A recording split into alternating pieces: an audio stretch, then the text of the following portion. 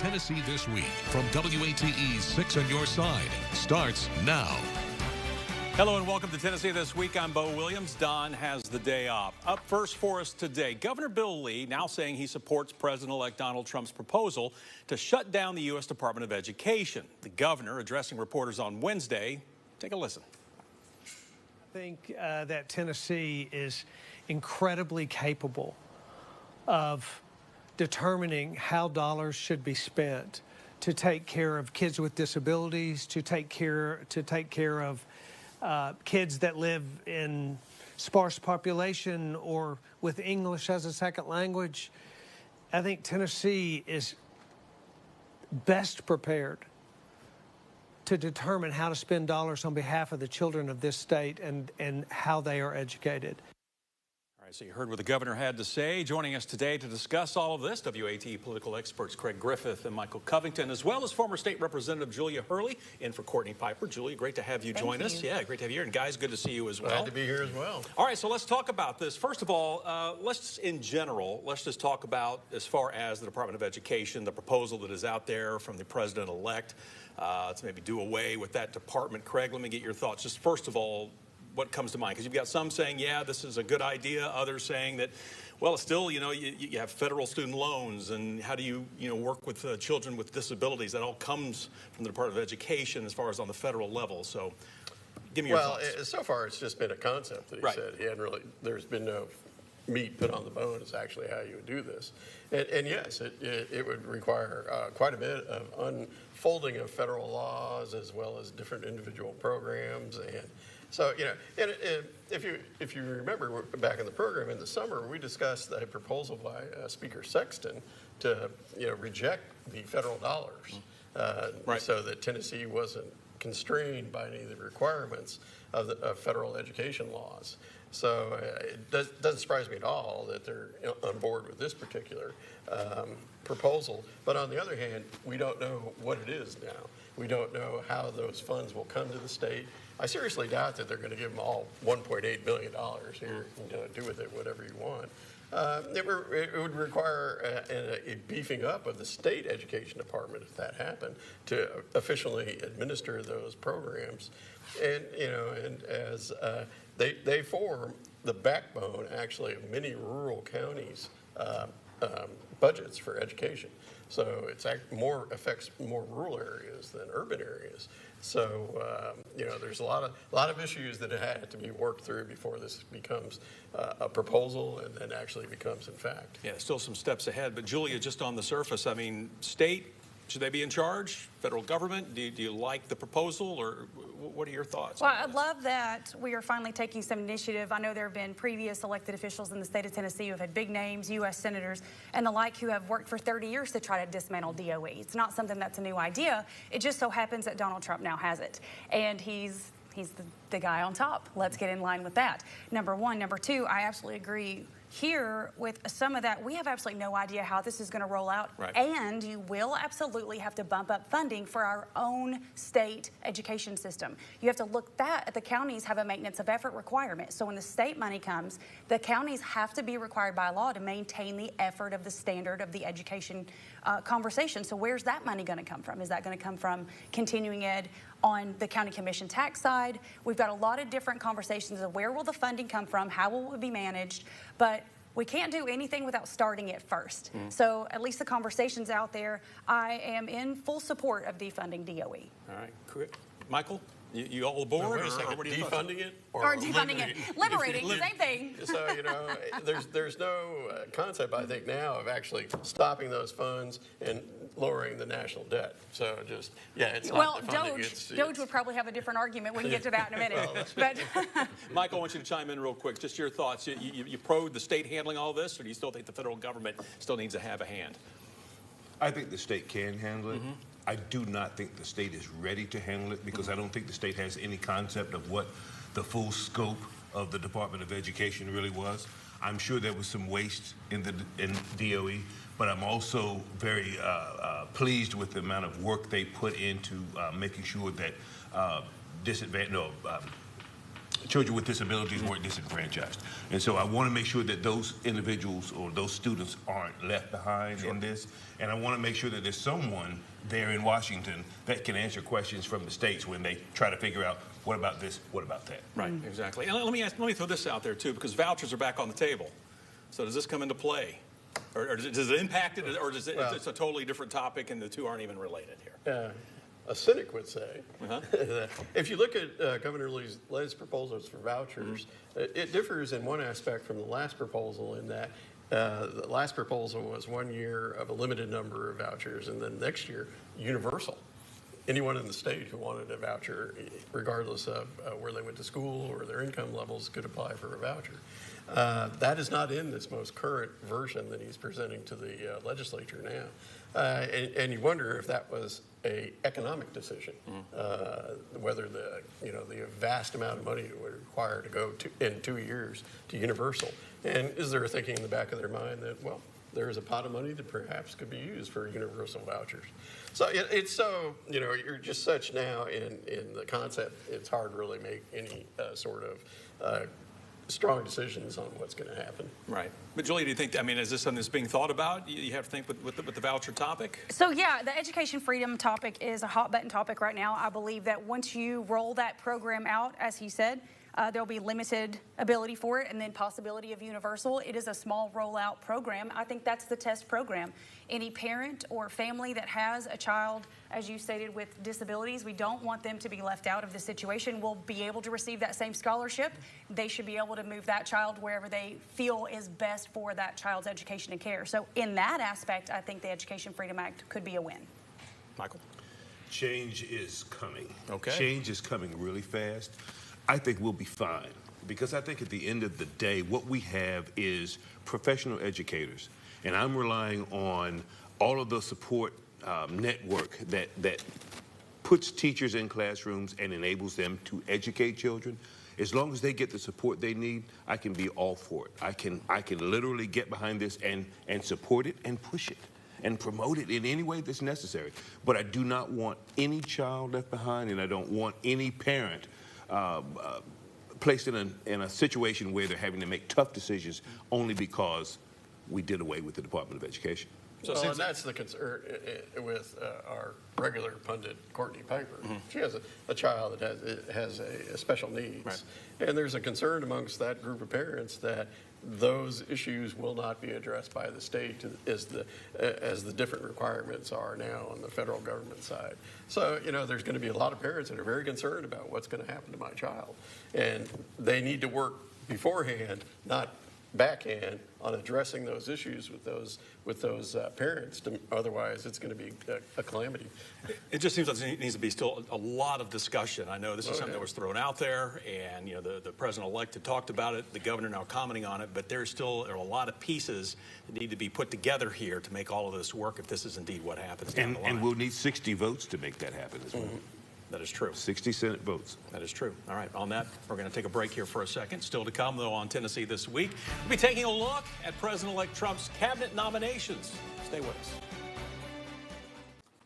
Welcome back to Tennessee This Week. This week, President-elect Donald Trump named a number of different cabinet nominations. The names like Tom Homan, Robert F. Kennedy Jr., Matt Gaetz, Elon Musk, just to name a few, all making the list. So we want to bring our panel of pundits back in to kind of talk about this. This has been a huge topic of discussion. I don't care what side of the aisle you are on. We have heard pros and cons from both sides of the aisle. Michael, I'm going to start at the end of the table. I'm going to start with you on this one. Let me just kind of get your initial thoughts. You've seen some of the nominations. Just what was going through your mind? And we've heard some people say, "Hey, it's great getting away from the what you consider the norm, the mainstream." Though others are saying, well, these people aren't qualified. And then there's also some baggage also with some. Let me get your 2 cents. What was kind of going through your head when you saw all of this? When I heard the announcement of Pete Hegseth, I thought, uh-oh. Trump Department of Defense. Yeah, I think he fumbled. I think he fumbled it to the other team. I milled it over for the day. And then he announced Matt Gaetz. And I was more terrified of that pick just because he has a background that I'm just not. I don't know whether that they pursued him about is true, factual or not. I just, child trafficking, you know, the Attorney General of the United States, I was having a hard time with that, and I'm still having some difficulties with Gates. Hegspeth, I've realized that he wears odd-looking socks on the set in his weekend show, but he's a very capable, qualified guy. Princeton, Harvard, Yale, some combination of those two institutions. He's got the goods. I didn't even realize that Gates was a lawyer. So what I do know is there's a common denominator here that they are all between 40 and 45 years old. So we've got youth, and that's a big contrast. We've got qualifications. They may not be fully understood by everybody, but everybody that he's putting in places has the ability to do the job that they're being appointed to. So we'll have to wait and see, but I think he's got a good mix. But boy, the dynamics are going to be really, really frightening for people in Washington. Julia, what do you think when you saw the announcements, the various announcements throughout the week? And we should point out to everybody that we record this program on Friday afternoon. There could be more announcements between now and the time this airs on Sunday, as you're watching right now. So there could be some changes, but as things stand right now, Sure. Julia, kind of your thoughts. I'm excited to see what happens. Having the first woman chief of staff in the history of anything is a huge step forward for someone that half of America has accused of hating women. So I'm really excited about that. To see Marco Rubio in place, first Latino ever in that position. He's appointing minorities, he's appointing young people, he's appointing women, different perspectives, different points of view. It's definitely something, and I agree with the Matt Gaetz. I heard the Matt Gaetz appointment, and I literally wrote in my notes, meh. So I'm not sure we're going to keep an eye on that one. I mean, Donald Trump knows what he's doing. We've proven that the 4 years that he was here. Robert F. Kennedy Jr., very excited to see him in charge of health. It is something that he has been passionate about for many, many years in politics. I love that he reached across the aisle. He chose someone from the other side and said, I want to see your point of view. I don't want to put you in a position of power. The man knows what he's doing. I'm very excited to see some changes there. But Tulsi Gabbard also, I would label her as an old blue dog Democrat. She's got some really good conservative values while also understanding how to have a conversation that's open to everyone, and I really appreciate that appointment. But we'll see what keeps happening for sure. Craig, you go along with that? What are your thoughts? Well, his first cabinet in 2016, he appointed some really exceptional people. People that had run corporate organizations of thousands of people, the CEO of Exxon, 4-star generals that had commanded men in battle and had led troops and had, the ability to understand the logistics of what it takes to run, a Department of Defense. And then the rest of his cabinet was the Billionaires Club. You had Wilbur Ross, Betsy DeVos, Stephen Mnuchin. Many of his cabinet members didn't last that long in the first cabinet. So I think that you're seeing quite a change from this time from appointing people with experience in those areas to people that have no experience in those areas. So it'll be a real test of his leadership to whether these people are still around when the midterms come up the next time. And of course, I'm putting it out here first. Tim Burchett for the head of NASA. Okay. He's going to put an end to this UFO scandal when he becomes the head of NASA, when he's appointed by Trump. So I'm looking forward to that. And wait, are they UFOs? What would we call them now? The UAPs? What are they now? I call them UFOs. UFOs still? Okay, all right, okay. Okay, but we heard it here first. You heard it here first. Okay. Don't throw away this tape. Yeah.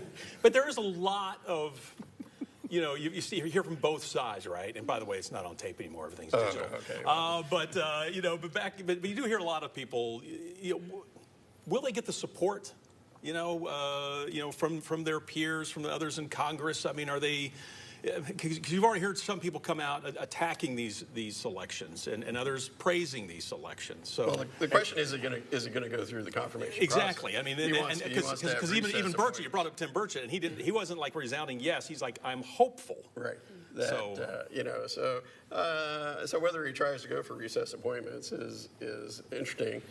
Whether the Senate would give up one of their most valuable tools in terms of constitutional power is the advice and consent, and will they actually do that? So we'll have to see. I mean, there's talk of some.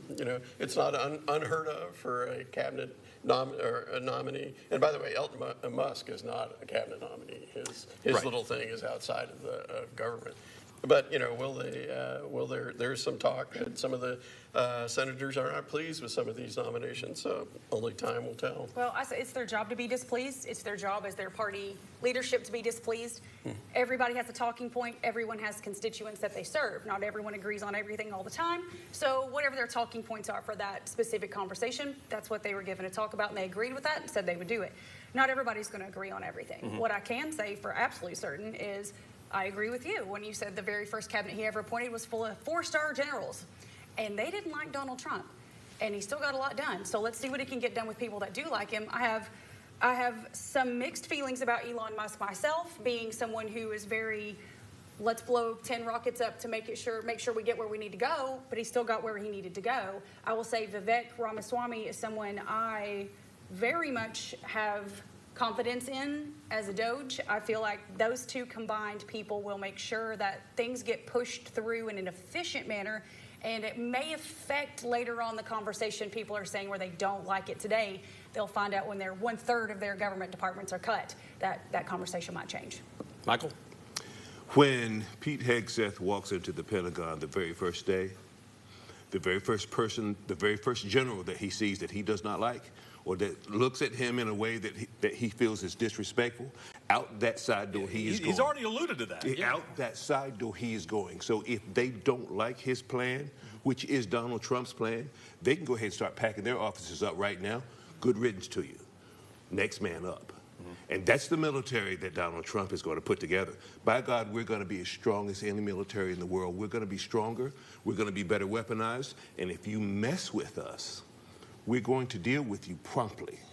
And that's what the American people want. They don't want to be distracted by wars. They want a leader who is going to make certain that the world knows, if you mess with us tonight, we will deal with you by morning. That's a Donald Trump mentality, and I think the American people are for that. Should there be concerns for those, like as far as Ukraine and maybe what's happening in the Middle East right now? Well, on the generals going to the side door, that's good to say. Look how long it took UT to find a coach that actually would come up with a winning record. These people aren't, growing on trees. The Pentagon, yes, you're a leader of warriors, but your biggest job is administration. Right. You're overseeing massive construction programs for submarines, for battleships, for AI. That's what a lot of us don't see and don't realize. Right? There's more to that job. That is where the Department of Defense is going to, falter or stand on its own 2 feet.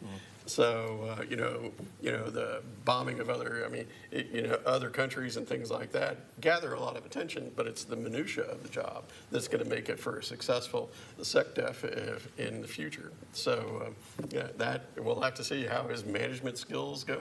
Right. Yeah, that will definitely be put to the test because it is not a small job. That is for sure. Real quick, though, just want to touch on that a little bit because we kind of threw out there as far as, you hear from the European Union. We've heard from other people as far as Ukraine and as far as what's happening in the Middle East, the U.S. support. There is some concern out there. Just real quick, I know we're short on time. It's probably an answer we could talk about all day. But, Michael, kind of your thoughts. We'll start down at the end of the table. Should they be concerned? Should we continue to support? Do we need to pull back? Kind of what's your thoughts? In terms of the wars? To the wars, right, exactly. The heads of these wars need to sit down and have a heart-to-heart conversation about where we're going to end up. If we continue to do this, how many lives will be lost? How much will be lost by continuing this? I think that a strong leader in the room, a strong mitigator, a strong State Department can bring about resolution and peace around the world, and that's what the world wants. Well, the Trump-elect administration is very strongly in support of Israel. Right. So I think that the Middle East issue is somewhat different from the Ukraine. What if you say yes? Let's get all the rooms and people in a room and make a decision on peace in Ukraine. Does that include reparations? Are the Russians going to pay Ukrainians? They've bombed their infrastructure to heck, and they've destroyed many of their cities, so they're going to pay to rebuild that? I'm doubting that. I'm not sure Mr. Putin would agree to that, nor have the money to do it. I don't think they're going to disagree at all. Haven't we given Ukraine enough money? We've Well, given we them gave it battle under a money. different, We have, yeah, but we gave it to him we- under a different presidency. And I think that Putin has said he'll come to the table and talk to Trump. As soon as Trump was confirmed that he had won that election, Putin was making a statement. It's like, let's go. I'm ready to come to the table. Why? Because as you referenced, Donald Trump is not going to wait 5 days to give you an opportunity to act wrong. You're going to get one opportunity. You're going to sit down. You're going to have a civil conversation, and after that, we'll take care of it for you. But So I there's think that a lot of conversation things will happen. about reparations that haven't been spoken of at all. Sure. That's true. All right, we need to take a break real quick. Coming up next on Tennessee This Week, TBI director sounds the alarm saying a Venezuelan gang is operating in all major Tennessee cities. We'll discuss what the response should be when we come back.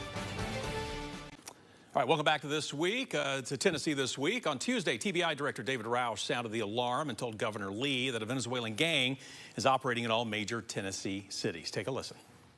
We're seeing a few things that I want to raise to your attention, and that is, number one is with a Venezuelan gang that is being seen more and more prevalent. They are running human trafficking operations. That's where they start.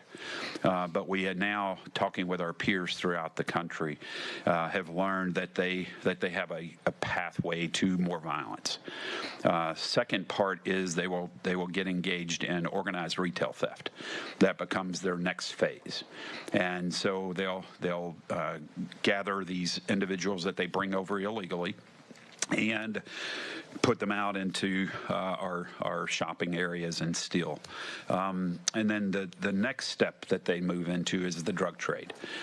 They will and they have taken on the cartel head on. All right, so as you just heard there, they were here for a time, about 2 years ago, disappeared, and now, according to the TBI, there are reports back in some of the larger cities here in Tennessee. Julia, I do want to start with you. Kind of get your thoughts on what was said there and what needs to be done. Well, I love Chief Roush. I think he's absolutely fantastic. Yeah. I mean, good old Knoxville guy. We're so glad to have him in a leadership position because I've known him for many years, and he does not take it. He's a Donald Trump. We're going to get it done today. Here's the proposed plan. Here's what I'd like to do. One thing that I know that they have been looking at as far as trafficking goes is the way that Tennessee borders, or 7 states border us. There are so many ways into this state, especially our interstate system. So it is intricate right now and extremely relevant that whoever is in charge of Tennessee Department of Transportation and leadership there was also somebody out of Knoxville, has the opportunity to sit down and say, how can we protect our roadways? And how can we ramp up our TBI investigations on the interstate intersections, everything coming in from Memphis to Mountain City, because that is going to be the #1 live defense is ability to add value there for our state troopers and make sure that they can mitigate that. Now, as far as budgeting goes, I think the TBI needs a carte blanche check for this. We need to nip it in the bud and nip it in the bud today. So, Craig? Right, like Julia says, Tennessee is very unique in the fact that you have, in Knoxville alone, you have 2 major interstates, right, a north-south and an east-west. Plus you got 81 just kind of sitting out there, right? Right, and so it's, through the years, it's been a conduit for drugs to come up from Florida up to the Midwest. So it's a problem. When I worked with the city, there were gang issues then as well. And through enforcement and the proper investigations, you were able to get a hand on it. But there's always somewhat of a gang problem in most any urban area. So it's going to be difficult, but I have confidence in Chief Noel and the KPD and Sheriff Spangler and the Sheriff's Department and the county that will address that issue to keep our public safe. Yeah. I don't think that we're going to lose apartment buildings to international gangs or anything like that. They'll put the hammer down and make sure that our citizens are still safe. Michael? This is very troubling. Just the very idea that Director Roush saw the need to talk about how prevalent this gang is in the major cities in Tennessee. What we know is that violence is going to be a part of this. What we know is drugs will be a part of this. What we know is death will be a part of this. So there has to be a very aggressive effort at this point to make their existence in the state of Tennessee very unpleasant. They need to be run out of this state. They need to be run out of this part of the country and then run out of the country ultimately. And I think that's what Donald Trump's talking about. Let's get the worst of the worst out of here first and foremost. We'll worry about the rest later. But let's get the violence and the drug and the human traffickers out of our equation. Obviously, it's something we'll be watching closely, and of course, we'll have much more on this as it continues here on Tennessee This Week, and we'll have another edition for you of Tennessee This Week coming up next week. Guys, thank you. Thank you for joining us. Are their own and do not represent the views of WATE 6 on your side or Next Star Broadcasting.